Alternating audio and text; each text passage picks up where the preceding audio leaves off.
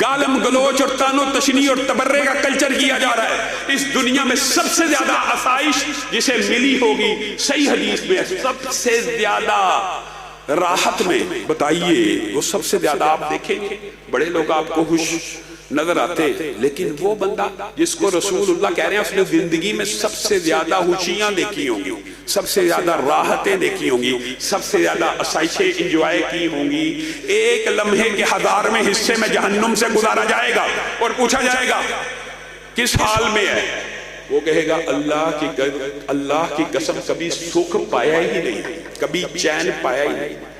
اللہ نہ کرے، اللہ نہ کرے، اللہ تعالی ہم سب کو جہنم سے محفوظ رکھے۔ اللہ اگر اس مجمع میں کہنے والا یا سننے والوں میں بھی کوئی یوم کتابت تقدیر میں جہنمی لکھا، اللہ اس کو آزاد فرما، اللہ اس کو آزاد فرما، اللہ اس کو آزاد فرما۔ لیکن میرے بھائیو، خدا نہ خواستہ یہ وہ جہنم ہے، اس زندگی کے پیچھے لگ کے یہاں جانا ہے کہ جس کے ایک لمحے کے 1000ویں حصے میں بھی انسان پوری زندگی کی آسائشیں بھول جائے گا۔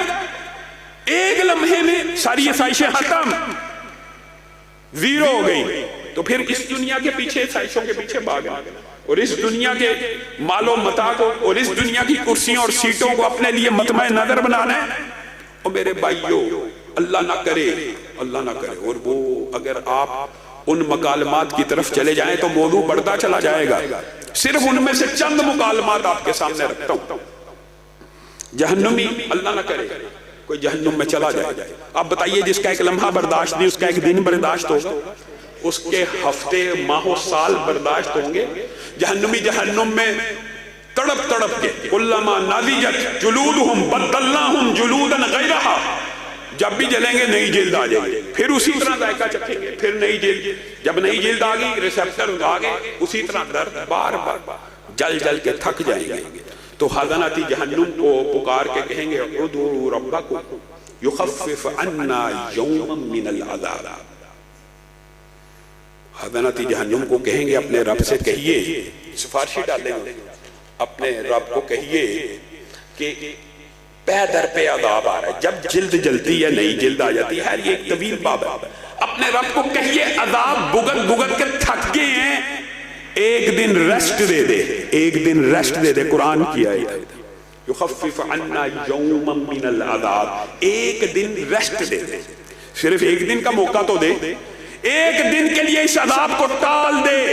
اللہ کی قسم وہ عذاب ایسا ہے کہ انسان حیران رہ جائے، اس عذاب کی کیا بات کرنی ہے، آپ کے سامنے شعور کی بات کی ہے، برزخ کے شعور کی، کہ فرعون کیا اٹھا، فرعون برزخ کے ابھی گاڑی میں اترا نہیں کہ میں موسیٰ، اور دنیا کا جتنا مرضی بڑا کافر ہو، مفسرین کا اس بات کے اوپر محدثین کا اتفاق ہے، دنیا میں کسی بھی انسان کو 2 زندگیاں ملیں تو کبھی جہنم میں نہ جائے، کسی کو بھی، کافر کو بھی۔ برزخ میں ایسا شعور پتہ لگ جاتا ہے ایک اگلی زندگی شروع ہونے والی ہے، تو ذہن کے سارے بند دریچے کھل جاتے۔ اب خزنۃ جہنم کو پکار رہے اور خزنۃ جہنم پوچھتے ہیں کہ تمہارے پاس رسول آئے تھے نشانیاں لے کے؟ جی آئے تھے۔ فدعوا وما دعاء الکافرین الا فی ضلال، تمہاری پکار آج نہیں سنی جائے گی، تمہاری چیخو پکار کو کوئی نہیں سنے گا، تنگ آ جائے گی، عذاب بھگتتے بھگتتے بھگتتے کہیں گے یا مالک یا مالک۔ یہ مالک اللہ نہیں ہے، یہاں پہ یہ جہنم کا دروگا ہے، جہنم کا سردار ہے۔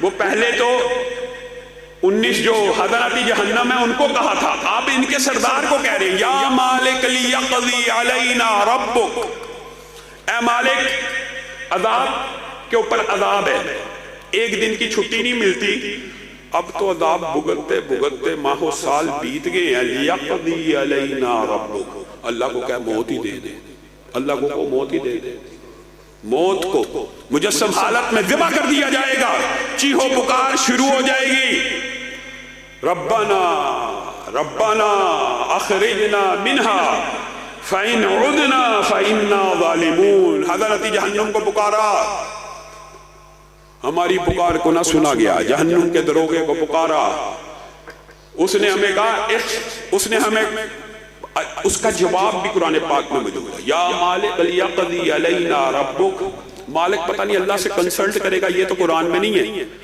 یہ ضرور موجود ہے کہ مالک ان کو کہے گا انکم ماکثون، تم ہمیشہ زندہ رہنے والے ہو، موت کوئی نہیں آتی. اللہ ہم نے حضرت جہنم کو پکارا، جواب نہ ملا، نفی میں ملا. مالک کو پکارا، جواب نفی میں ملا. ربنا اخرجنا منها فإن عدنا فإنا ظالمون، اے اللہ ہمیں ایک مرتبہ اس جہنم سے نکال دے.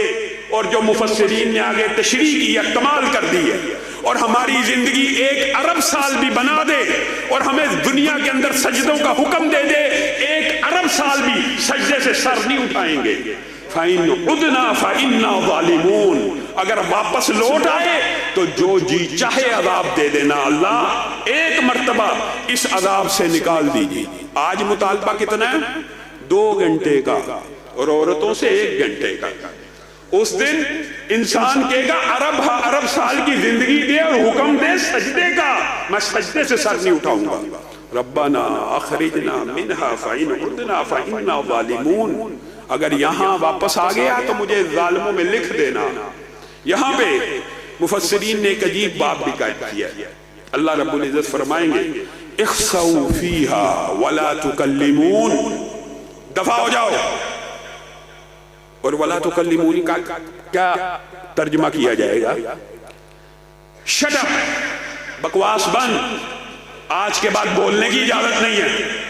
رب تعالیٰ سے کلام نہیں ہو سکے گا اس کے بعد. جہنمیوں کا رب تعالیٰ سے کلام بھی نہیں کر سکیں گے. اخسؤوا فیہا ولا تکلمون، جاؤ دفع ہو جاؤ، اور میرے سے آج کے بعد کلام نہ کرنا. جب رب کہہ دے گا میرے سے آج کے بعد کلام نہیں کرنا، کلام کر سکیں گے؟ نہیں کریں گے، شیطان کے پاس جائیں گے. یہ بھی ایک لمبا چوڑا باب ہے، بات طویل ہو جائے گی. پہلے جائیں گے اپنے سرداروں کے پاس، استبرأ الذین اتبعوا من الذین اتبعوا. پھر جائیں گے شیطان کے پاس کہ تو نے ہمیں گمراہ کیا، تو نہ ہوتا تو ہم میں سے کوئی گمراہ نہ ہوتا. وہ کیا کہے گا؟ آپ کے منبر کے اوپر بیٹھ کے کہے گا فلا تلومونی ولوموا انفسکم، مجھے ملامت کرتے ہو، مجھے ملامت کرتے ہو، کیسے جاہل ہو، کیسے دھوکہ باز ہو، مجھے ملامت کر رہے ہو. میرا وعدہ جھوٹا تھا، تمہارے رب نے تمہیں بتایا تھا، تمہارے رب کا وعدہ سچا ہے، مجھے ملامت کر رہے ہو. اپنے رب کی نہیں مانی اور کہتے ہو ہم تیرے پیچھے لگ گئے. میرا وعدہ تو جھوٹا، تمہیں تمہارے رب نے بتلا دیا تھا، نہیں تھا بتلایا. اپنے آپ کو ملامت کرو، اپنے آپ کو ملامت کرو. پھر مفسرین نے آگے لکھا ہے کہ صبر کرنے کا ایک دوسرے کو مشورہ دیں گے کہ شاید ہم اللہ کے عذاب پہ صبر کر لیتے ہیں. آپس میں مشاورت کریں گے، نکل رہے نہیں، اب اس عذاب پہ صبر کر لیتے ہیں، شاید یہاں پہ صبر کرنا ہمارے کام آ جائے. اجزعنا ام صبرنا ما لنا من محیص. اور قرآن کی آیت یہ ہے کہ وہ جب صبر کرتے کرتے تھک جائیں گے نا تو پھر چیخو پکار شروع کر دیں گے اور کہیں گے صبر کرنا یا چیخو پکار کرنا برابر ہے، ہم یہاں سے نکلنے والے نہیں ہیں. اللہ نہ کرے میں اور آپ اس دردناک عذاب میں پھنس جائیں تو کون ہے جو ہمیں اس عذاب سے نکال سکتا؟ رب تعالیٰ کے علاوہ کوئی نہیں نکال سکتا. اللہ تعالیٰ مجھے اور آپ کو ان دردناک عذابوں سے بچائے. یہ دنیا کیا ہے؟ رسول اللہ صلی اللہ علیہ وسلم کائنات میں سب سے افضل انسان ہے اور وہ سوئے میں ہیں، ان کے چہرے کے اوپر نشان پڑ گئے. صحابہ بے چین ہو گئے، صحابہ اتنی محبت کیا کرتے تھے. اللہ کے رسول، آپ اللہ کے آخری نبی ہیں، آپ ہمارے پیغمبر ہیں، آپ ہمارے محبوب ہیں، آپ کے چہرے کے اوپر چٹائیوں کے نشان ہیں، آپ کے لیے کوئی نرم بچھونا یا بستر نہ لا دیا جائے. تو رسول اللہ صلی اللہ علیہ وسلم ڈانٹتے ہوئے کہتے ہیں میری مثال اس دنیا میں ایک مسافر کی سی ہے، اس مسافر کی طرح جو کبھی کسی درخت کے نیچے سایہ دار آرام کرتا ہے. کیا سایہ دار درخت کے نیچے کوئی آرزوؤں کے محل سجاتا ہے؟ کیا کوئی پلازے قائم کرتا ہے؟ کیا کوئی بلڈنگیں بناتا ہے کسی درخت کی چھاؤں کے نیچے؟ رسول اللہ صلی اللہ علیہ وسلم مجھے اور آپ کو سمجھا رہے بنانا جائز ہے، اس دنیا میں کاروبار تجارت کرنا جائز ہے، لیکن صرف اسی میں مگن ہو جانا. قل هل ننبئكم بالاخسرین اعمالا الذین ضل سعیهم فی الحیاۃ الدنیا وهم یحسبون انهم یحسنون صنعا.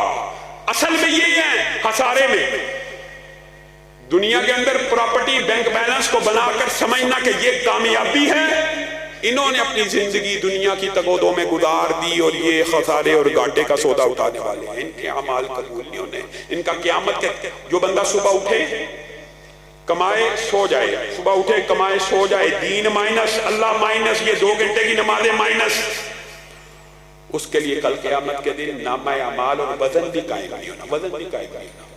فَلَا نُقِيمُ لَهُمْ يَوْمَ الْقِيَامَةِ وَزْنًا، اللہ نے کہا ان کے لیے قیامت کے دن نیکیوں کا پلڑا بھی نہیں تو انہوں نے تو پوری زندگی دنیا کی بھاگ دوڑ میں گزار دی۔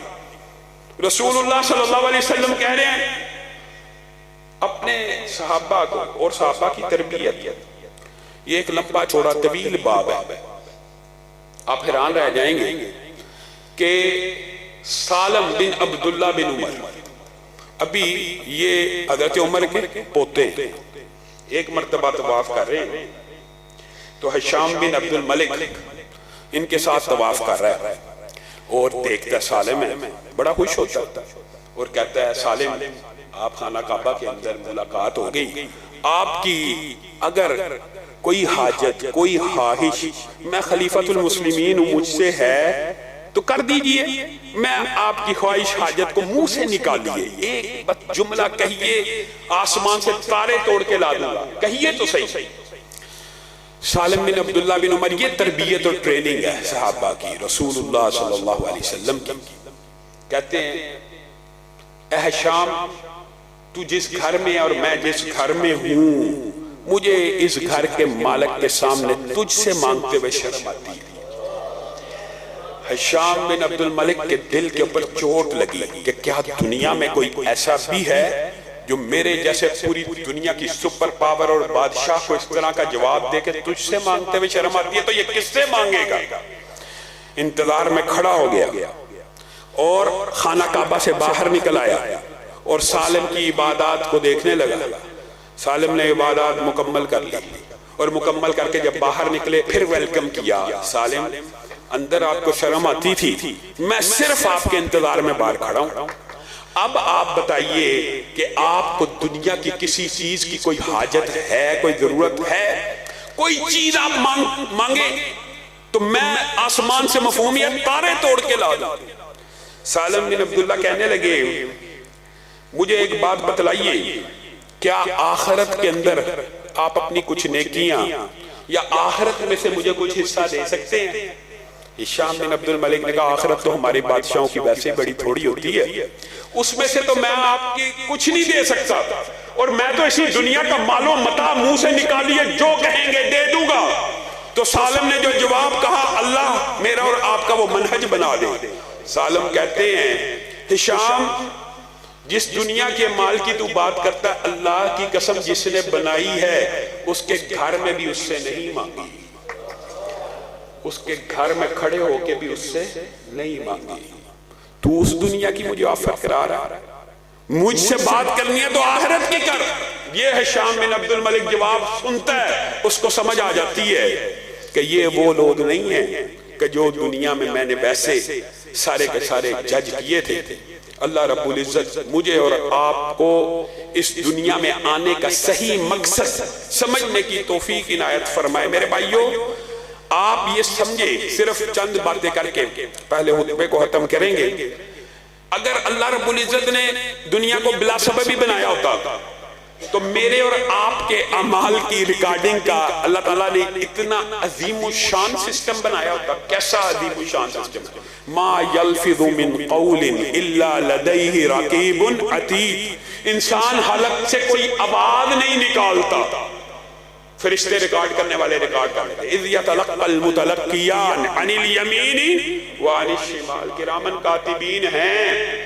انسان سوچتا ہے چلو منہ سے الفاظ نکال لے، ریکارڈنگ کرنے والے فرشتوں نے ریکارڈ کی، ہاتھ کا عمل کون ریکارڈ کرے گا؟ یہ کرامن کاتبین۔ یہ پاؤں کا جسم کا عمل کون ریکارڈ کرے گا؟ یہ بیٹھے ہوئے ہیں ہر چیز کو نوٹ کر رہے ہیں۔ یہاں پہ ایک اشکال یہ بھی پیدا ہو سکتا تھا، یہاں پہ ایک اشکال یہ بھی پیدا ہو سکتا تھا کہ رسول اللہ صلی اللہ علیہ وسلم نے جو فرمایا انما الاعمال بالنیات، انسان نیکی کی نیت کرتا ہے اس کو ثواب ملنا شروع ہو جاتا ہے، الفاظ ادا کیے تو ریکارڈنگ ہوئی، ہاتھ پاؤں ہلایا یا کام کیا نیک تو ریکارڈنگ کرنے والے موجود ہیں، تو نیت کی ریکارڈنگ کیسے ہو رہی ہے؟ وَنَعْلَمُ مَا تُوَسْوِسُ بِهِ نَفْسُ۔